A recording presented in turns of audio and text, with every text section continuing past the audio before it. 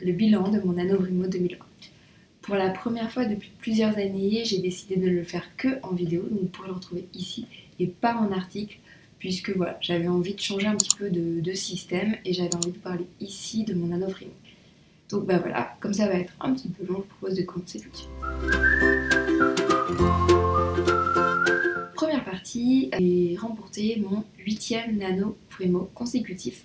Donc c'est cool, donc voilà, c'est plutôt bien.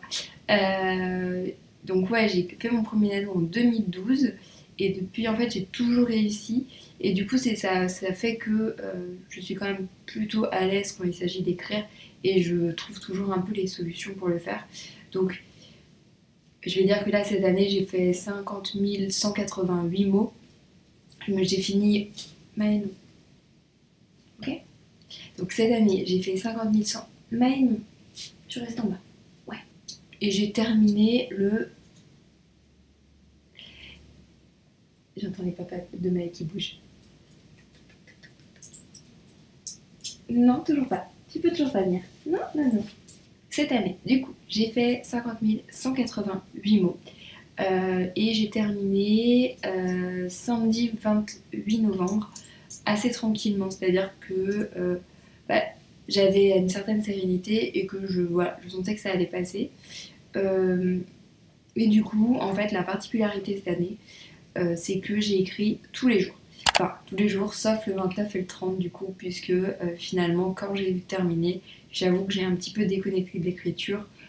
Le temps, voilà, de souffler, parce que 28 jours consécutifs à écrire, finalement, c'est assez prenant, au final, on se rend pas compte, mais voilà. Du coup, voilà, j'ai pas forcément écrit ensuite, mais du 1er novembre au 28 novembre, j'ai écrit tous les jours sur des totaux allant de 500 mots quand j'étais pas hyper motivée ou que j'écrivais dans le métro à l'aller et que j'avais pas le temps de le faire au retour pour une raison quelconque. Mais de toute façon, je vais vous remettre par ici le tableau du nano et les avancées. Il me semble que le jour où j'ai le plus écrit, c'est le 11 novembre. Et je crois que j'ai écrit 5000 mots ou quelque chose comme ça.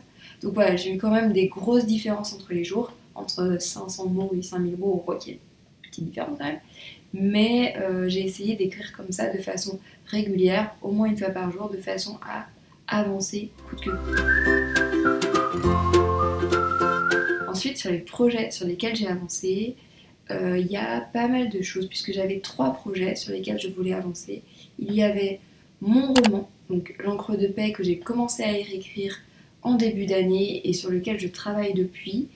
Donc j'ai réussi à avancer 2 chapitres, il me semble. Donc c'est pas énorme, mais c'est mieux que rien.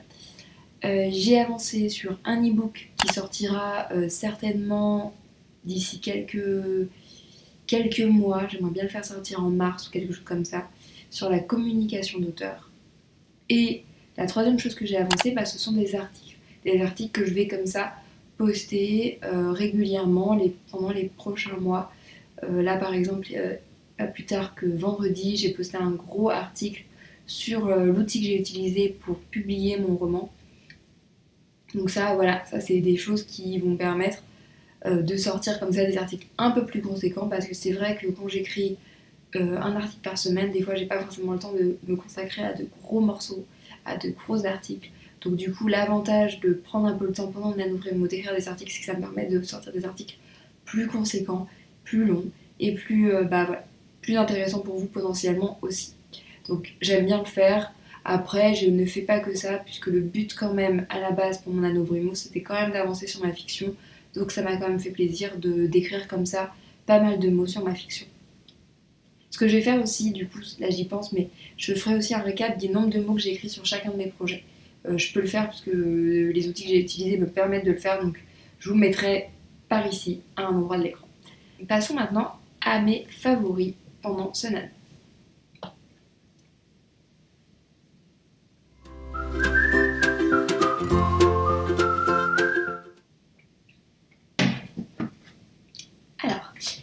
Concernant déjà les outils que j'ai utilisés, j'ai eu l'occasion de vous en parler dans un vlog, mais pour vous en reparler rapidement en quelques mots, j'ai utilisé le site du NaNoWriMo qui m'a permis de faire le point chaque jour sur l'avancée du projet. Je regrette juste qu'il n'y ait pas un moyen de faire un récap de l'ensemble des informations qu'on a données. Parce que du coup, bah voilà, je sais que l'endroit où j'ai le plus écrit c'est à la maison, mais je sais pas exactement combien de mots j'ai écrit à la maison, donc voilà, ça c'est un peu dommage. Je pense que du coup l'année prochaine j'utiliserai un autre outil. Autre outil que j'ai utilisé, Scribook, donc qui m'a permis de rassembler tous les mots que j'ai écrits. C'est ce qui m'a permis de vous indiquer l'ensemble des mots que j'avais pu écrire sur chacun des projets. Et troisième outil que j'ai utilisé pour écrire, HomeWriter, que pareil, je vous ai présenté déjà dans ma vidéo des favoris et que je vous avais déjà présenté, mais donc qui est une application d'écriture qui permet en fait de se plonger dans un mood d'écriture assez sympathique et que j'ai beaucoup utilisé quand je me suis lancée dans l'écriture de fiction. Puisque autant les articles et les e-books ça vient tout seul, j'ai pas forcément besoin de me plonger dans un univers particulier, autant la fiction j'ai un peu plus de mal, j'ai besoin de me sentir un petit peu plus coupée de la réalité et c'est là où HomeWriter a bien fait son travail. J'ai aussi utilisé Trello qui m'a permis de faire le lien entre ce que j'écrivais sur mon téléphone et ce que j'écrivais sur mon ordinateur. Et du coup, à chaque fois que j'étais en déplacement, j'utilisais Trello pour pouvoir envoyer mes informations sur mon ordinateur ensuite une fois que j'avais terminé d'écrire sur le téléphone. Donc ça, j'ai pas mal utilisé Trello pour tout ce qui était déplacement. Donc ça fait partie des outils que j'ai utilisés aussi. Concernant plus les autres favoris, écoutez, je dirais Instagram, puisque j'ai quand même essayé de poster régulièrement. J'ai dû faire... Alors j'ai pas fait une story par jour finalement. Je voulais faire ça, mais j'ai un peu lâché prise. Donc en gros, j'ai dû faire une vingtaine de stories sur mon avancée au quotidien. Mais bon, du coup, c'était quand même intéressant de le faire. Et dans mes autres favoris, on va pas se mentir, c'est les boissons. Donc c'est mon infusion gingembre au citron de la marque Yogiti. Et celle-là, vraiment, je l'aime trop. Et sinon, le café. Voilà, non, on va pas se mentir, le café, c'est un petit peu la base de mon écriture aussi. Donc ça, c'est vraiment pour ce qui m'a suivi pendant le NaNoWriMo. N'hésitez pas à re-regarder mes vlogs si vous ne l'avez pas fait, puisque là, vous retrouverez à peu près tout.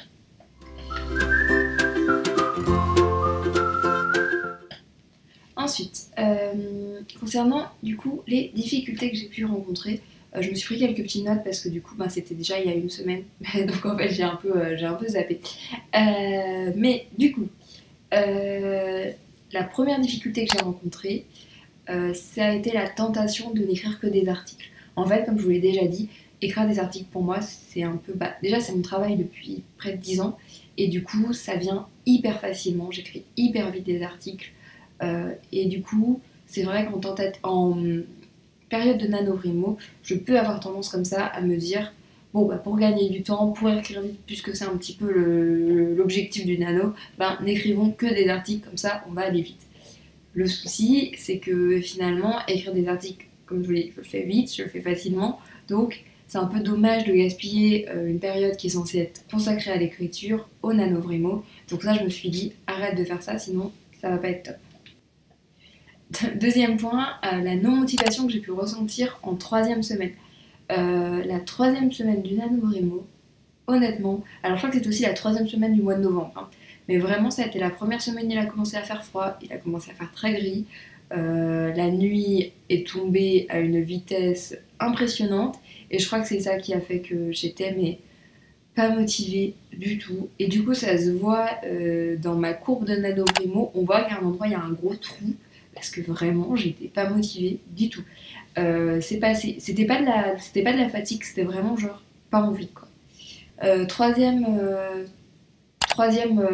difficulté que j'ai pu rencontrer, ça a été la tentation d'aller sur d'autres projets. En fait, j'ai toujours des dizaines de projets qui sont en cours ou dans ma tête, ou enfin, voilà, je pense que vous vous reconnaîtrez peut-être là-dedans. Et c'est vrai que à fur et à mesure que je réfléchissais sur mon roman, j'avais envie de travailler sur d'autres romans. Et à chaque fois que je commençais à écrire et à réfléchir à mes personnages et tout ça, j'avais envie de passer sur les autres textes. Et ça, c'est un truc qui est assez compliqué, c'est réussir à se dire écoute, c'est là-dessus que tu commences à avancer, avance là-dessus, parce que sinon, en fait, tu t'éparpilles et ça va pas. Et du coup, vraiment, très compliqué pour moi de vraiment rester concentrée sur ce texte-là. Quatrième difficulté, tout bêtement, la difficulté d'écrire, en fait. C'est un peu con, mais écrire, quand on se lance dans de l'écriture de fiction notamment, et ben tout bêtement, quand on écrit, on rencontre des difficultés qui vont être les doutes, qui vont être l'histoire qui se dégoupille pas comme on a envie, qui vont être des personnages qui se développent pas comme on a envie, qui vont être des descriptions qui viennent pas comme on a envie. Enfin, toutes ces choses-là finalement qui sont inhérentes à l'écriture, et ben je les ai ressenties en me consacrant plus à l'écriture, mais rien d'illogique en soi, c'est juste le fait d'avoir écrit qui a fait que j'ai rencontré ces difficultés-là. Donc pas de quoi paniquer, mais chiant quand même. Autre difficulté que j'ai rencontrée, je n'ai pas du tout parlé à la communauté cette année. Il faut dire ici que je ne me suis pas mise sur Discord, j'ai pas du tout utilisé les outils qui ont été mis à disposition pour rencontrer un peu des personnes pendant ce NaNoWriMo là. Donc c'est vrai que j'ai passé un NaNoWriMo totalement en solitaire. Bon, je l'ai pas mal vécu parce que j'ai beaucoup travaillé et du coup quand je travaille, je suis au bureau. Quand je suis au bureau, je vois beaucoup de monde et c'est vrai que du coup, comme j'ai quand même tendance à être quand même plutôt introvertie et à être bien quand je suis toute seule. C'est vrai que comme j'ai vu beaucoup de monde au travail, ça m'a pas forcément dérangée d'être toute seule pour l'écriture. Donc voilà, c'est une difficulté que j'ai rencontrée de ne pas avoir beaucoup partagé. Et en même temps, comme j'ai quand même été pas mal sur Instagram, comme j'ai été quand même pas mal sur YouTube, comme j'ai finalement aussi pas mal rencontré de gens dans la vie de tous les jours, ça m'a pas forcément trop dérangé de passer ce nano en solo pour l'écriture. Mais du coup, je serais quand même contente de retrouver du monde certainement l'année prochaine. Et du coup, comment j'ai répondu à tout ça? Eh bien, la première solution que j'ai pu répondre à tout ça, ça a été finalement de participer au NaNoWriMo. Parce que déjà, pour répondre à la non-motivation, pour répondre au fait d'avoir des problèmes dans l'écriture, le simple fait de m'être dit tu es forcé de t'asseoir, tu es forcé d'écrire et tu es forcé d'écrire 50 000 mots, et ben ça m'a forcé à écrire, donc ça m'a forcé à dépasser ces difficultés-là. Ça a été le premier truc, et c'est ce qui m'arrive à chaque mois de novembre, en fait, le fait d'avoir un objectif aussi précis que 50 000 mots par mois, et ben j'arrive à me dépasser et à le faire. Et du coup, c'est vrai que ça me donne envie potentiellement de me fixer peut-être des objectifs chiffrés à l'année, pour essayer d'avancer un peu plus vite sur mes choses-là, mais je vais vous en reparler ensuite. La deuxième solution finalement que j'ai pu faire pour répondre un petit peu aux difficultés que j'ai rencontrées, ça a été juste d'accepter que c'était difficile. En fait, écrire, c'est difficile. À partir du moment où on se met dans de l'écriture de fiction, et ben, c'est difficile. En fait, on rencontre des doutes, on rencontre tout ça. C'est tout ce que je vous ai dit juste avant. Et je pense que vous les connaissez si vous écrivez aussi. Et en fait, d'accepter que oui, c'est compliqué, mais en fait, à chaque fois, on dépasse ces difficultés-là. Quand on écrit sur un projet, en fait, on va au-delà de ça. Et ça m'a forcé à me dire, ok, ça va aller. Si tu continues à réfléchir sur ton projet, si tu continues à écrire, justement, et tu vas réussir à dépasser ces difficultés. Donc, fais-le, motive-toi, vas-y, et tu vas y arriver. Et donc, alors je dis pas que j'ai réussi complètement, parce qu'il me reste encore un truc comme 33 chapitres à écrire, mais j'ai avancé. Et ça, c'est déjà bien. Concernant les solutions, c'est vrai que le fait d'avoir fait le bilan après une semaine de NaNoWriMo, ça m'a quand même vraiment permis de prendre du recul sur ce que j'étais en train de faire. À la semaine 1, à la fin de la première semaine, je me suis posée et j'ai réfléchi et j'ai pris le temps de me dire, oula, en fait, en fin de première semaine, je n'avais écrit que des articles. Et je me suis dit, c'est un peu ce que je vous disais comme première difficulté, c'est que je me suis dit, ok, prends le temps de prendre du recul et de réfléchir à quel était ton réel objectif pendant ce nano.